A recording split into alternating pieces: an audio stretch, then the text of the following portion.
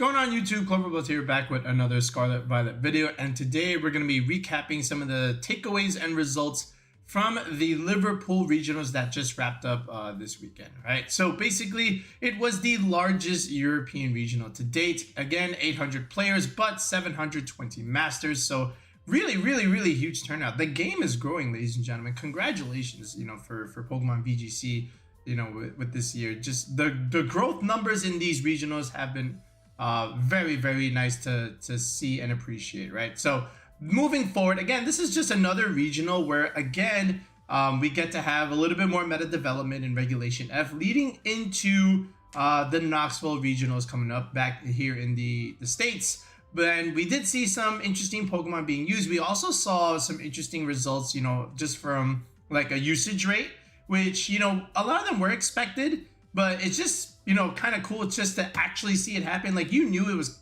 gonna kind of happen, but now that we have it officially, now it just goes and makes you think like, okay, now what do I need to do for Knoxville? Like, what is going to be good to use there? And, what are some of the Pokemon that I may want to consider using just because they can give me such an advantage right now in the meta that maybe needs to be explored a little bit more in terms of my team building, that kind of thing. So we're going to recap all those results, some of the top compositions as well, like we always do in our regional recap videos. So without further ado, let's go ahead and take a look at some of the winning teams.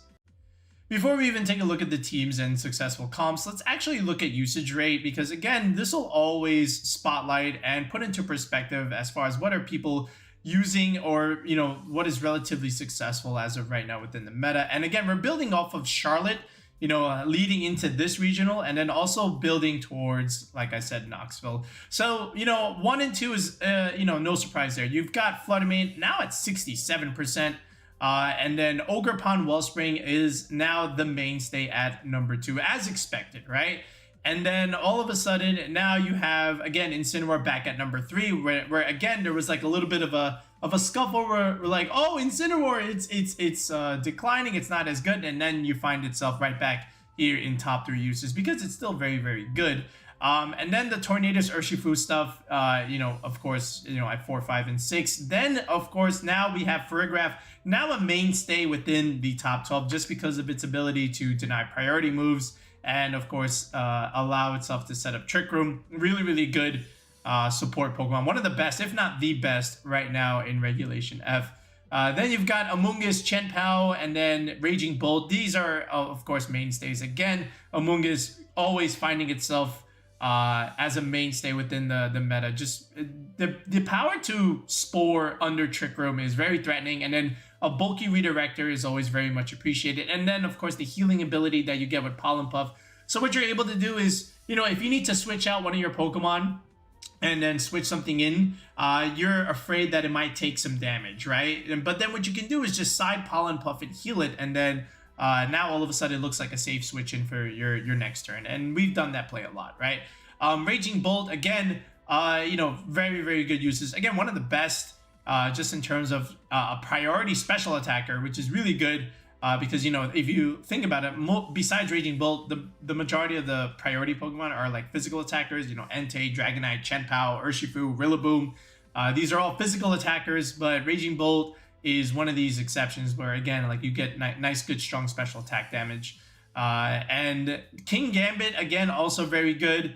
Again, anti-intimidate, from an opposing Incineroar, for example, and then just pressure with that Sucker Punch, as well as a Swords Dance set is very strong and powerful. And then it just has good stats all in all, right? Now, this is as expected. Like, there's no surprise here. Like, you still have Rapid Strike here, a little bit below Single Strike now. That we knew was going to happen coming in. But then if you go into day 2, all of a sudden, look at this. Where is the Rapid Strike? It's fallen out of the top 12. Very interesting. Why would that be? Well, 2 reasons. 1, Ogerpon is at number 2, so that's already a deterrent against Surging Strikes. And 2, you got Raging Bolt, right? It doesn't matter what your Urshifu is going to do if I just click Thunderclap and it gets one shot, right? So, those are 2 reasons that are already enough to make it drop out of the top 12. Now, we also see Indeedee here, cracking the top 12 yet again. Now, we did see that in Charlotte, and it's expected, right? Just like Farigiraf, Psychic Terrain is able to deny priority moves on switch-in. And then all in all, it's also able to remove Rillaboom terrain, which is great. And again, with so much fake out coming out, from Rillaboom and Incineroar, just switching in that Indeedee, that timely Indeedee switch in to deny that is very, very punishing at times, and it's also very relatively bulky. So, you have that going for you. But other than that, again, you see Landorus Incarnate once again cracking this top 12 where it was outside of it in day 1. Again, Landorus is a mainstay as well. And then, King Gambit moving up, right? That's also pretty cool to see. And as well as Amoonguss. I feel like Amoonguss will always be strong and powerful in those day 2 matches. And then, of course, Single Strike Urshifu rising all the way to 3rd. Besting Incineroar there just a little bit, is expected. I did expect that. I didn't think it would happen so soon. I thought I would see this in Knoxville. But the fact that it happens here in Liverpool is very telling, right? And then, of course, we have the patented joke where we say the top 6 is my team for Knoxville, right? And that actually looks like a good team. Look, you got a Fire, Water, Grass core there. You got Single Strike Urshifu and Flutter Mane. Like, the first 4 is actually a pretty good core to a team, all right? But yeah, that's where we are right now. We've got anti-priority Pokemon in the top 12. We've got the defensive Pokemon with Incin and Amoonguss. We have Tornadus Urshifu where they just click the buttons, single, Tailwind plus some attack move. And of course, Raging Bolt and Flutter Mane and Landorus are your 3 most popular special attackers right now in Regulation F. So as far as usage rate, it's pretty good, okay? Some things that, maybe could rise a little bit more later on is maybe the Ogerpon Fire one, the Heart Flame Mask one. Maybe we'll see that in Knoxville crack the top 12 because it had some really good results in this regional. It also had some good results in Charlotte. So maybe we might see that come back to prominence here. All right. But after that, so now let's take a look at some of these cool teams and let's see what people were running in Liverpool. All right. And again, to help us tell the story of, the regionals, we always use the LabMouse website. So again, if you're not using LabMouse, you're not taking full advantage of the resources available to you to, analyze the current meta, analyze things that people are using, which could help you in your team building. So really, really utilize this website. It tells you a lot of different things. And with this filter function, you're just able to search for whatever you want. For example, if you wanted to look up a certain Pokemon and see how it did at a regional and see what kind of teams it were on, you have that option available, right? Which we will use throughout this video. And we've done it before in our other videos as well. So again, shout outs to the guys behind all the hard work at LabMouse, because without them, videos like this are just not possible or just not as good. All right, so that being said, let's take a look at Antonio Sanchez's team. He was the winner, and of course, no surprise here. We realized it when we saw it on stream. This is in fact Wolfglick's team. And again, it's the Throat Spray Furgraph stuff with the Calm Mind Flutter Mane. So again, with the Furgraph, what you're able to do now is not only can you deny priority and give yourself speed control with Trick Room, but now you can also exert some damage because you have Throat Spray, which will make your Hyper Voice spread damage do quite a bit. All right, and of course, Psychic is your main stab move, so that's really good. Potentially sniping some Terra Poison stuff or even sniping like Amoonguss.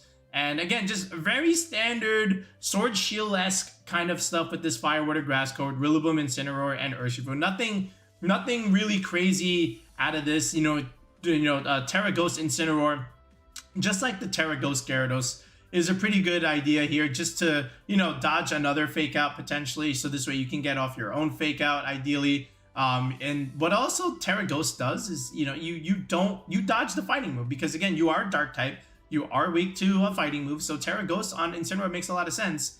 And then here's the Ogerpon Heart Flame, right? Which I said could be a nice Pokemon to use to, crack that top 12 usage leading into Knoxville. That's my prediction.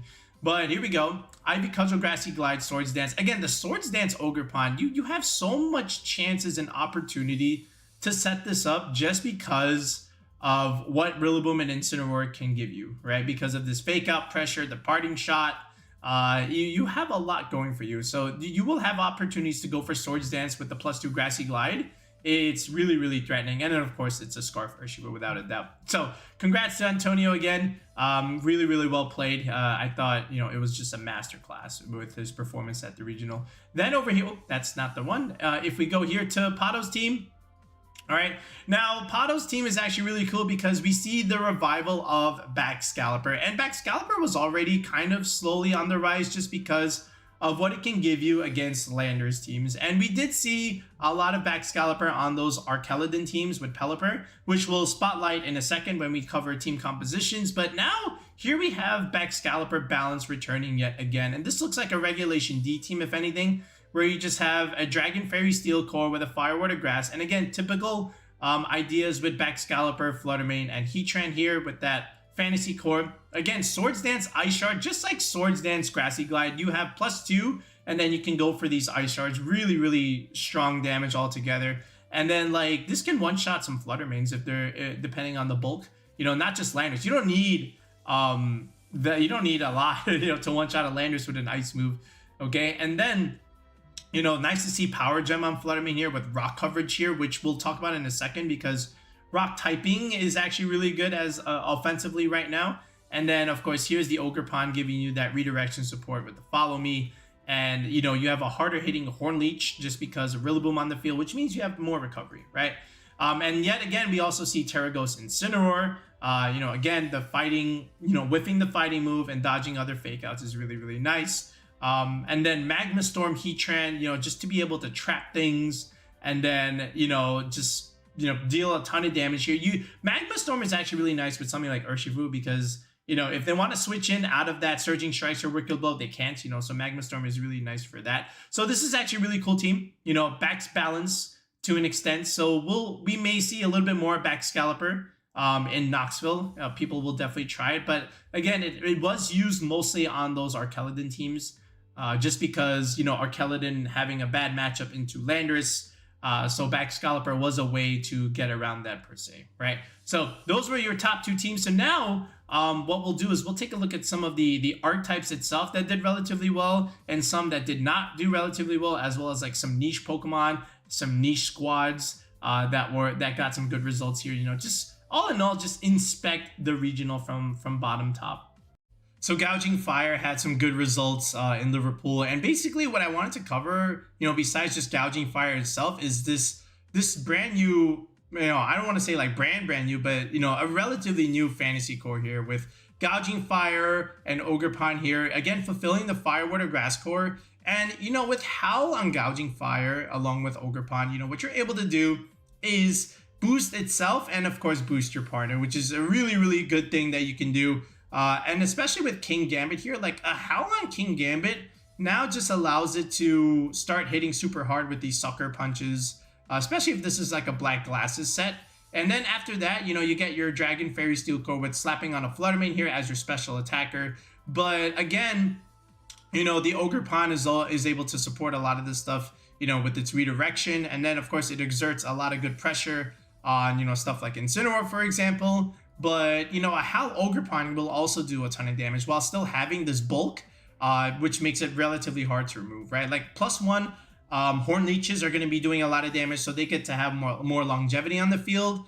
And then, of course, you know, with the Howl on Gouging Fire itself with King Gambit. By the way, this is like a booster energy idea. So this is like a very, very easy and consistent way to build a Gouging Fire team. Your last two slots being your flat slots, you'll often see stuff like Amoonguss and Chenpao over here, or you'll even see like a Landorus for, you know, just having something, you know, because you have two ground weaknesses here. Maybe a flying type is always necessary, but you know, this is a very easy way to build. So if what we can do is just go into the Lab Mouse website and, you know, again, filter out Gouging Fire teams, we see Joe Ugarte here making a little bit of a change to his Dragonite King Gambit Chenpao squad here.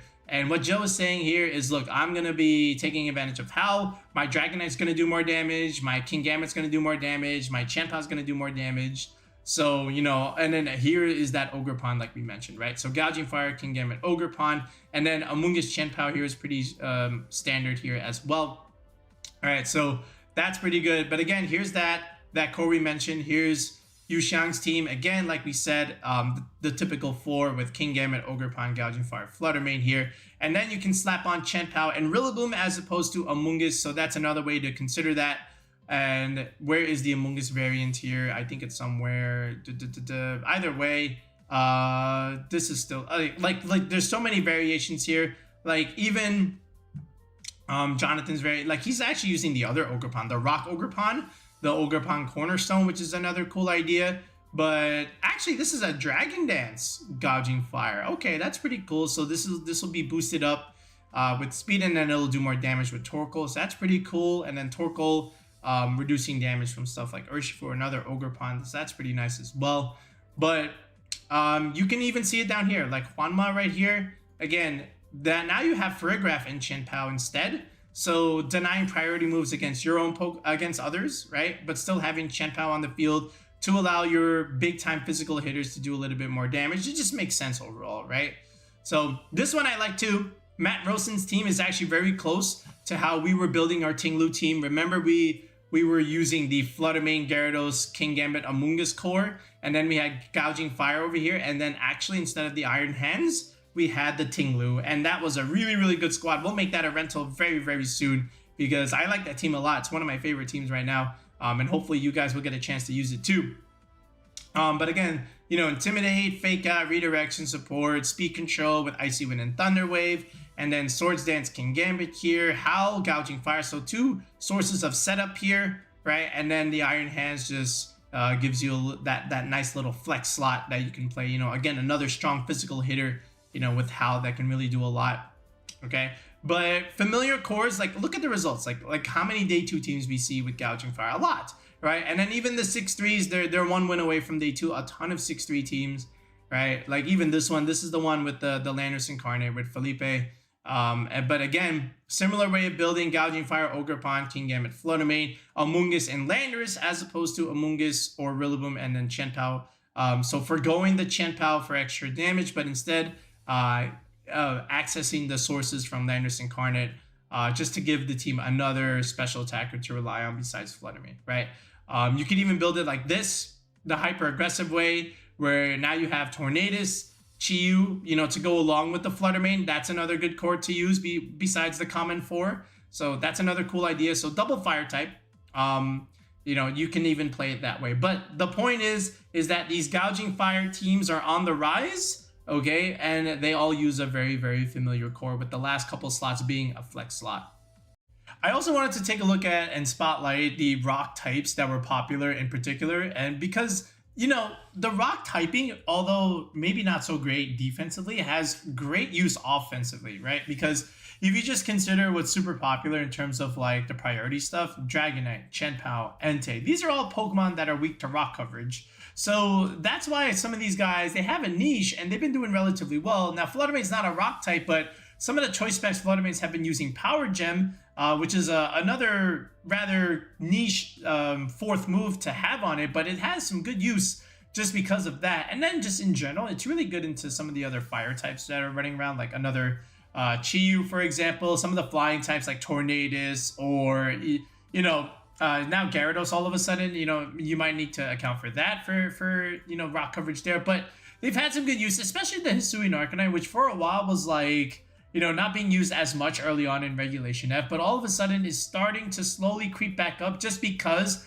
you know, the shiny new toy syndrome is slowly wearing off and people are realizing, wait, this Pokemon is still actually pretty good. So, you know, if we just cover each one of these one by one, you know, we can see just how well they've been doing. And I'll just go into Hisuian Arcanine first. Where is that?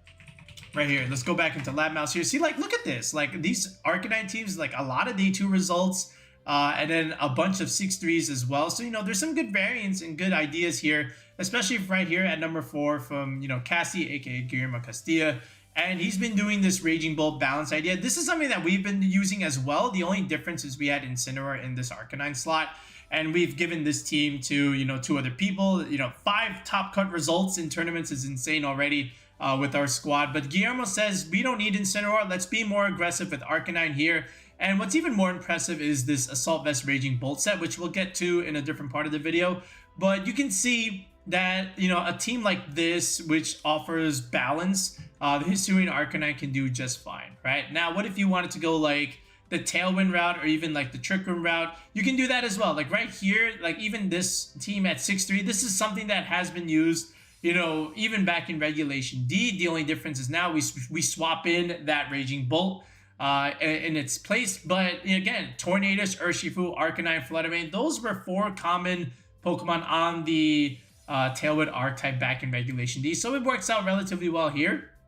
And then even in something like this with Rory Moon, like Rory Moon, Hisuian Arcanine, Goldango is not new either, right? That's something that has been used as well back in Regulation D. Now we just adapted, okay? But this is pretty much, you know, a really, really cool team. Like even Galarian Articuno, which again, we'll talk about a little bit later, but you know, the Arcanine having good advantages and good play here, especially with this Choice Band set. So really, really nice. This one, I'll get into this team in a second.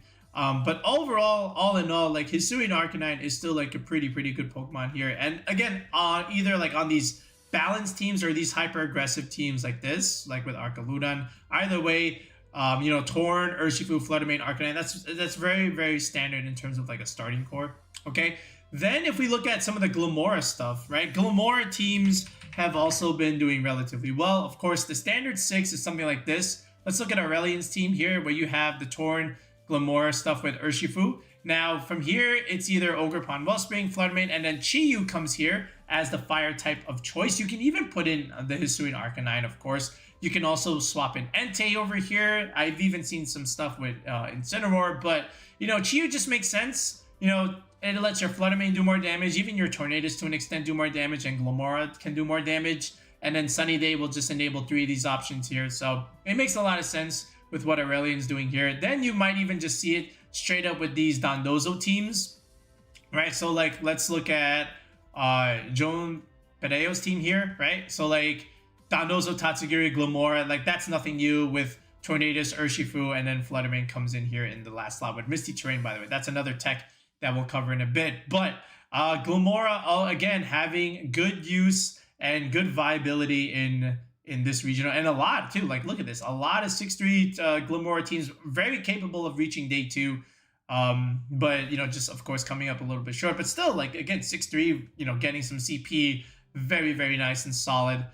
You know, I do like Glimmora at this moment, so you know, if you want to use Glimmora, definitely consider it, because you know, again, Meteor Beam is really strong, and then the Sludge Bomb, +1 Sludge Bombs are gonna one-shot a lot of Ogerpons that just don't Terra straight off the bat. So I do like Glimmora. And then over here, the Ogerpon-Cornerstone was prevalent here, right? And that was also a good niche here. Let me just actually type in Cornerstone.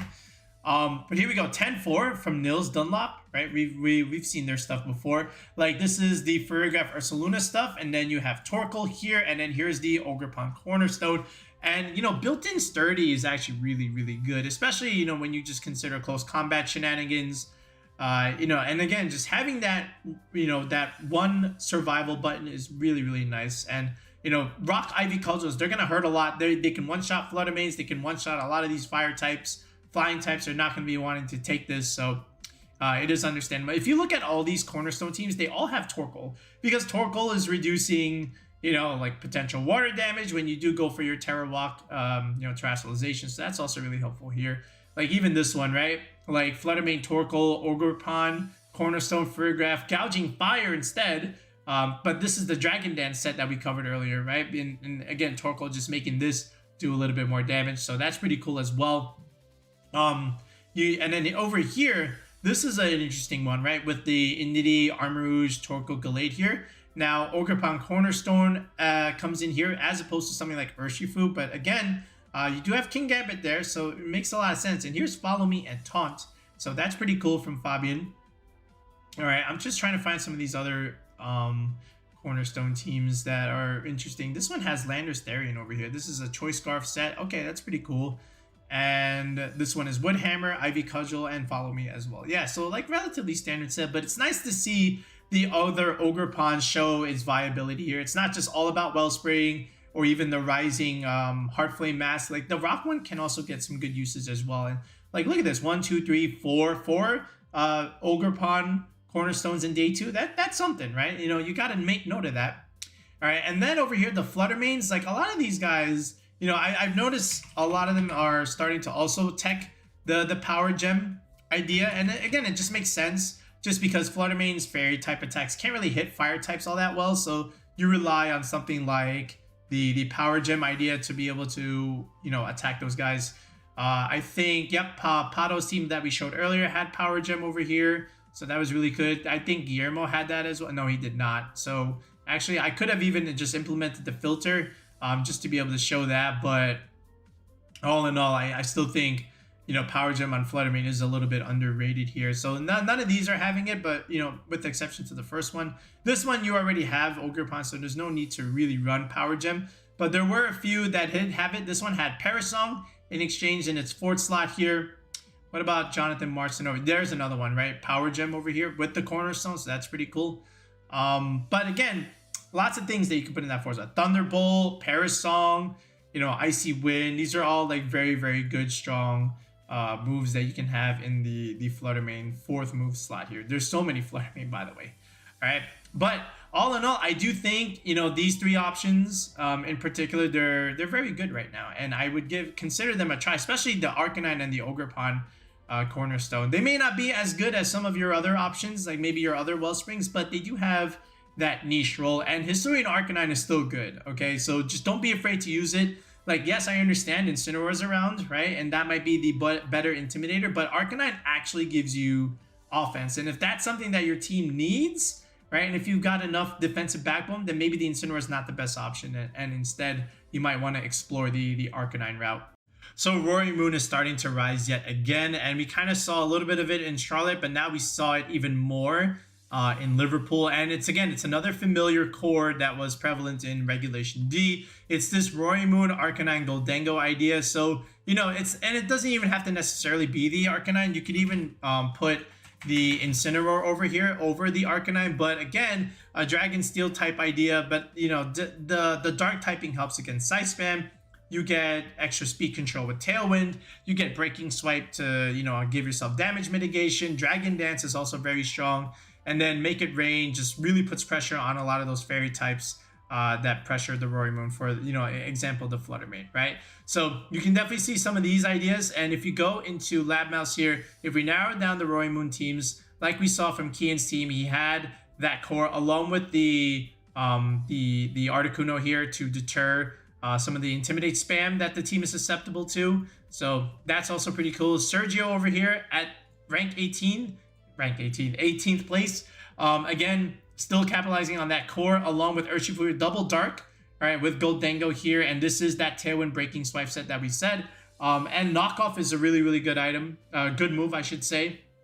All right, and then you've also seen these double dragon teams with Roaring Moon and Raging Bull, right? If you just even look at that, that's also something to consider. So right here at 29th, you know, Giuseppe's team. So very standard Fire, Water, Grass core here with Incineroar, Roaring Moon. Incineroar and Ogerpon Wellspring. And then you slap on the Raging Bolt here with this, again, this Assault Vest set with the, you know, Snarl and Thunderclap. No Electro Whip here, but that's okay. But this is also another, you know, team that you can also consider. Very balanced Roaring Moon team.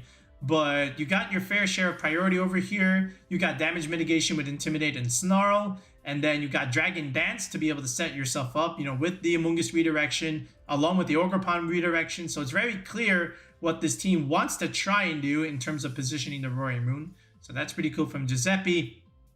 All right. And I think that was also the case down here with Marco's team, you know, Marco Silva, as was down here from Femi's team. Like, they're very familiar teams, okay? That are utilizing this core. Like if I go to my Palmer's team over here, I think it's more or less the same idea, right? Again, this whole Assault Vest Raging Bolt idea, I think we should take a closer look at it. So let's examine it.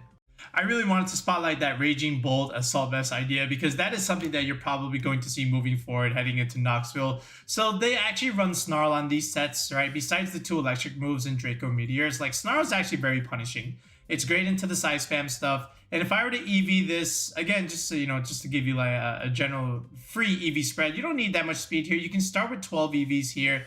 just go to your second EV bump here to 187 here, right? Again, we showed all of this in our previous video, how to do optimized EV spread. So feel free to watch that video if you haven't done so already. But I'll start here, and then we'll just go to about 224. Again, another benchmark HP number that we have just in case if we go against a Rillaboom or if we have a Rillaboom on our team. And then you still have 280 EVs left here to play with. I will remember that the fact that we have 148 investment here allows us to survive the Chen-Pao stuff. But now what you're able to do is if you have this investment, 36 EV specifically with this Assault Vest, you can live a Earth Power from a standard Landorus, right? So let me just go here. Here's Landorus, and then if we just plug it in, modest, right? You know, just 188 EVs, all right, with 36 SPDEF investment allows us to live Earth Power specifically. So that's really, really nice. And then this will also do relatively well into the Fluttermane calcs. Just because Fluttermane is another special attacker that can hit it for super effective damage. But with the Assault Vest, you can tank those attacks as well. And then these 24 EVs, you know, this is just like leftovers. You can probably add a couple more points here into SPDEF and just maybe one more point down here for speed, just to, you know, maybe speed creep the other Raging Bolts that have either 4 or only 12 investments there in special defense. But, you know, this is, again, a very general idea. Here, free Assault Vest Raging Bolt spread. But if you just look at Raging Bolt here, look, if you look at Edu's team, all right, again, Raging Bolt here on this otherwise relatively balanced Tailwind Hyper Offensive team here. Look at all the day 2 Raging Bolts. Like, look at this. And a lot of them were, in fact, Assault Vests. Now, Guillermo over here, Castilla, he had the Electro Web idea here for a little bit extra speed control with his Ogerpon-Arcanine, Fluttermane aggressive options here. Then, you know, Desu over here, same thing. Cresselia, Registeel, a slower Trick Room way, but you still have Raging Bolt here to click Snarl. Because, look, you're already getting a lot of defense with Iron Defense. Now you can mitigate special attacks against Registeel, you know, by just clicking Snarl. And now the Registeel is just virtually almost unbreakable, you know, once you're able to get that along with Lunar Blessing from the Cresselia, right? So then, what about over here? Is this more or less the same idea? Yes, it is. Look, again, Raging Bolt, Ogerpon, Fluttermane, the double Dragon idea with Snarl. Like, again, look at all these records. Like, a lot of this is very, very impressive. And again, if you're going to Knoxville, you know, and if you're considering Raging Bolt, you know, you can definitely consider the Assault Vest now. You know, we've seen Booster Energy, Leftovers, Safety Goggles. These are all great items on Raging Bolt. But now, you know, along with Terra Type, Terra Fairy, this is also another kind of set that you can utilize. Just having this bulk and using damage mitigation like Snarl is quite good. And just having another tool besides Thunderclap, right? You know, and Thunderbolt is great, and then even Draco Meteor is great because you got to have something else besides Thunderclap, right? But anyway, Raging Bolt, Assault Vest set on the rise for sure.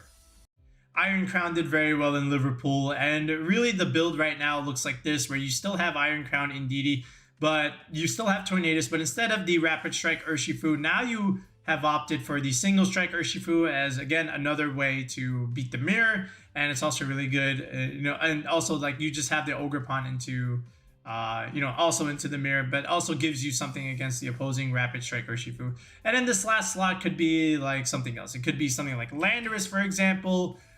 This thing could have been even, you know, it's a very flexible slot. You could have had any kind of filler over here, but even the Ogerpon could have fit here. Well, not this one, but or even like a Fire type like Incineroar, for example, right? So if we just take a look at some of these squad, or the Regidrago, that's what I was trying to remember. Yeah. So right here from Roberto, he does just that. He's got Indeedee, Iron Crown, Tornadus, and still the Urshifu Rapid Strike, but he's added Regidrago and the Ogerpon Heartflame. And again, it works out, right? Because you get a Fire, Water, Grass core here. This is actually really, really smart from Roberto. I like this idea a lot. I like Regidrago with Iron Crown. It just gives another oppressive way to, you know, deal with your opponent, right? Besides just clicking Expanding Force. And indeed, he helps Regidrago out relatively well because, again, one way to really reduce the Dragon Energy damage is to click priority moves against it, but you can't really do that when there's an Indeedee here, right?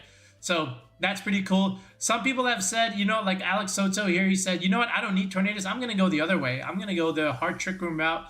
And yes, we'll still have Indeedee Iron Crown, but we'll also have Torkoal and Kingambit doing Torkoal Kingambit things, clicking Eruption, clicking Swords Dance with Indeedee, and then just clicking Kowtow Cleave. And you know, that is all there is to it. And then Indeedee Hatterene is also another way, right? Indeedee Hat with Torkoal in the back.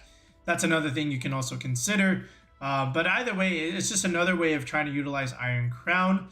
This is the one that we were talking about, right? With the Single Strike Urshifu and the Ogerpon Wellspring, with the Landers filling in that last slot here with Sandsear, Storm, and, you know, Bleak Wind, Rain Dance, Tailwind, and Icy Wind. This is also relatively nice.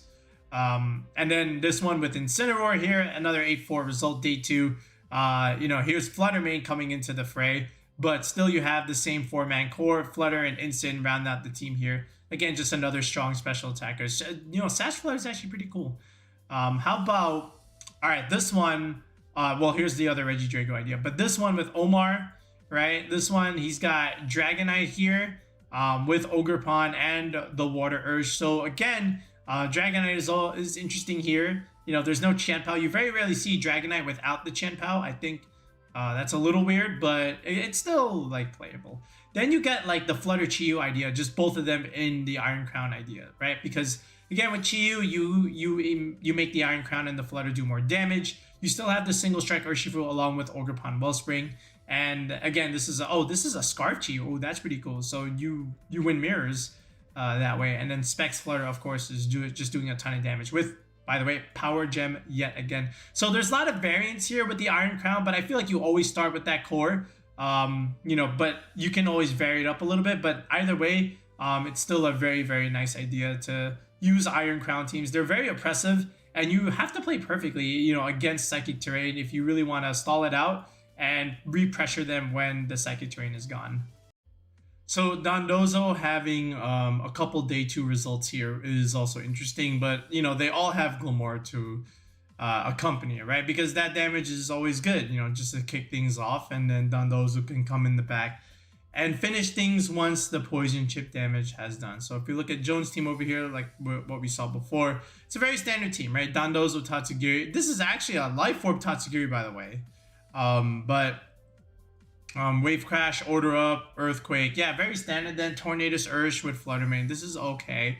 Misty Terrain, Flutter Mane is also an interesting tech, right? You know, you don't, you know, subject yourself to dragon type moves, and then, you know, Amoonguss can't really click Spore against you. So there's some merit to it. And then just weakening the dragon moves all in all is, you know, one way to keep your Dondozo alive, right? This, I believe, is more or less the same team, I want to say. You know, yeah, it is. Yeah, exactly. So some common building over there, to say the least. And then this one has the Dragonite. All right, you know, Dragonite, but no Chien-Pao here. But you do have the Ogerpon Heart Flame here with Swords Dance. So, you know, there's some aggression there, right? Besides the typical Dozo Tatsugiri idea. And then right here, what else do we have? So what about the 6-3 Dondozo? So this one had Mouse Hold, right? There's no Annihilate, but this one had Mouse Hold. So this one is a Population Bomb Mouse Hold. So that's interesting. We have Life Orb Talonflame. What the heck is this? Oh my goodness. Okay. So that's a team. And then, but like overall, just Dondozo hasn't really merited enough to respect it. Like there was that huge scare, you know, in Portland, like, oh my god, I got second. But you know, that's a case where like no one's expecting you to use Dondozo in a new format. So nobody has the tools to respect you. And then, you know, leading into Charlotte, you know, people had enough tools, you know, besides Clear Smog and Amoonguss. But, you know, since then, it just really hasn't really done anything to really scare you, right? Like, yes, I understand there's some day 2 Dondozos, but overall, the results say the Dondozo archetype has been kept at bay. As far as Dragonite, Chien-Pao priority spam teams are concerned, you know, that Dragonite still had its mark within the regional. Like there's a couple day 2 guys over here, right? And then a bunch of 6-3s, which is pretty good. So all in all, Dragonite is still very much effective along with Chien-Pao. So we already looked at Joe's team earlier. How about Jack? Looks like this is the old Joe team, right? You know, the whole Riley Factura stuff. But again, it's still effective. Like Dragonite, Chien-Pao, Ursh, along with King Gambit is always going to be good. Then this one over here, which we saw somewhat earlier, this one is Cresselia, you know, Ursaluna, Iron Hands. Then you have Dragonite here, you know, again, without the Chien-Pao, but still, like, again, can be effective even without it, right? But then you have this, right, the Howl concept, right? So now all of a sudden, Gouging Fire, clicking Howl, with Chien-Pao and Dragonite, that's another very, very strong idea. And again, that's exactly what we have here with Joe, right? You know, just with Gouging Fire, being able to click Howl and boost all of these guys to have them do extra damage, where Amoonguss is just your support option there. But, you know, all in all, oh, this one's with Smeargle. Hold on, let me look at this one. What is this? This one is, yeah, all right, standard Smeargle, but this one has Decorate. So now we have a lot of damage coming out from Dragonite, Chi-Yu, Fluttermane. I don't want to even look at this anymore. This one is a scary thought to even just consider. But, you know, I do think, you know, adding Gouging Fire to the Dragonite Chien-Pao idea is a smart way to, you know, really use it. And it looks like a more modern and updated version as opposed to the Ogerpon Heartflame. Like, I think that is a huge difference. Not to say that it didn't work, because again, here's Jack over here going 10-4, right? But I do think Gouging Fire, King Gambit with the Dragonite Chien-Pao stuff is a nice way to go about it this time around. As far as, you know, these cool teams are concerned, I think, again, the use of that Galarian Articuno was just a smart way to put it onto this Roy Moon team. And we looked at Kian's team earlier, but again, just having access to Trick Room with safety goggles is smart, right? Because, you know, even under Trick Room, the Amoonguss can't spore you, and you can put pressure with Freezing Glare, you know, into opposing Amoongusses, opposing Urshifus. Terra Blast, Terra Ground is also pretty cool against, you know, Raging Bolt stuff, right? If they want to click the electric move, they can't, because Terra Ground Articuno, you know, can kind of just sit there and wall that. And then at the same time, you know, just being a regular flying type will just resist a lot of the fighting type coverage moves, all in all, right? Which is something that you could switch into with your Hisuian Arcanine in all things considered. But I like Galarian Articuno here. I think this is a great way to use it. And then how about the regular Articuno? This is also the surprise here, but you know, regular Articuno with Ninetales here, like, again, everything else is pretty standard here. Like Arcanine, King Gambit, Ogerpon, Wellspring, like these three go well together with the Landers. So, you know, the Ogerpon protecting the Arcanine and Landers from like Terra Water stuff. But, you know, Arcanine Articuno in itself, Freeze Dry, has a really nice niche right now, because you pressure opposing Ogerpon Wellspring, you pressure Urshifus, and then you have Recovery here with Roost and Tailwind for extra speed control for, you know, your Landers, your Arcanine, and your Ninetales, by the way. So there's a lot of pressure coming out from the Articuno in this. And then Rocky Helmet, of course, is just a little bit chipped for going the Bright Powder here, which I like a lot. You know, I didn't think Bright Powder was doing enough, but Rocky Helmet here is pretty fun. And then, of course, the Blizzard Icy Wind shenanigans here, along with Moonblast. So the Ninetales can, you know, just add bulk to the entire team, you know, give yourself speed control. And now, you know, you have Freeze Dries and Blizzards to worry about. Sheer Cold is actually really funny here. I wonder how many times Ross was able to land that. So, Ross, if you're watching, let us know how many times you were able to land Sheer Cold. But yeah, I do think Articuno has a pretty interesting niche, you know, as of this moment. But will I say, should you run it? I'm going to say no. I think this is just an example of one person saying, you know what? I'm showing up to this regional with a cool idea, and people are going to be unprepared for it, and I'm going to get a good result because of that. And that's exactly what Ross did over here. So shout outs to him for doing that. And then just overall, like, you know, just you walk into the biggest regional with something like this, and he did the job. Now, other than that, I do think Corviknight also is another thing that had a niche. So Jamie Boyd here had a really cool team, right? And this one was Gouging Fire with Chien-Pao, Assault Vest Chien-Pao, right? Terra Electric Chien-Pao, okay, with Terra Blast. All right, so that's also pretty cool. And then what was also surprising here was, not surprising, but Corviknight is something that I've been, you know, keeping an eye on, just because it's another niche Pokemon that can do well. You know, the Landers can't really hit it. You know, you're a flying type. And, you know, with Iron Head, you're able to snipe potential Fluttermanes, and then Bulk Up gives you attack and defense boost. So now you're starting to become relatively bulky. And now you pair this with Gouging Fire, all of a sudden, how Corviknight with Bulk Up. So now you're getting, you know, +2 attack and then defenses, and then you can just click Roost whenever you want to recover over time. You start to become pretty much irremovable. So Corviknight has a pretty cool niche here. And Primarina, also, you know, with this calm mindset, you know, to be able to set up there is also relatively nice. Basculegion is also something that I wanted to feature on the channel. I think that thing is also a little bit slept on, right, in terms of what it's supposed to do and what it's used for. Last Respects in the end game is going to hit for a ton of damage. And then Choice Scarf, of course, just allows it to outspeed certain threats here. But Ogerpon Life Orb here, the Defiant Grass one. So Jamie, again, experimenting and using more with this Grass Ogerpon, which is something he's done, in previous formats, which, again, a superpower with Life Orb is actually really, really nice with Taunt. So this is about as cool and a creative of a team as you'll find within Liverpool. So Jamie, congratulations. Shout outs to you. Assault Vest Chanpao is something that I would never use or would even think of using, but of course Jamie is able to, redefine that aspect and say, you know what, I think this works right now in the meta. But as far as like other things concerned, I was also looking at like Ting Lu, just to see if that was going to be something that could do well. But we didn't really see a whole lot of it this time around. But that's because of the suspensions and whatnot. But I do think it is something to keep an eye on moving forward into Knoxville, because I think Ting Lu is a relatively solid niche Pokemon based on what it can do. I know the results here were not so great, but just all things considered, the fact that you can sit in front of Raging Bolt and Psy Spam and just pretty much ignore them while receiving Howl Boost from something like Raging Bolt is something to consider. But we didn't really see that here, of course, but it just means we're gonna see the Knoxville, right? Couple of day 2 results from Walking Wake besides the Pengy 6. So if we take a look at this one over here, Hisuian Quo's team, right?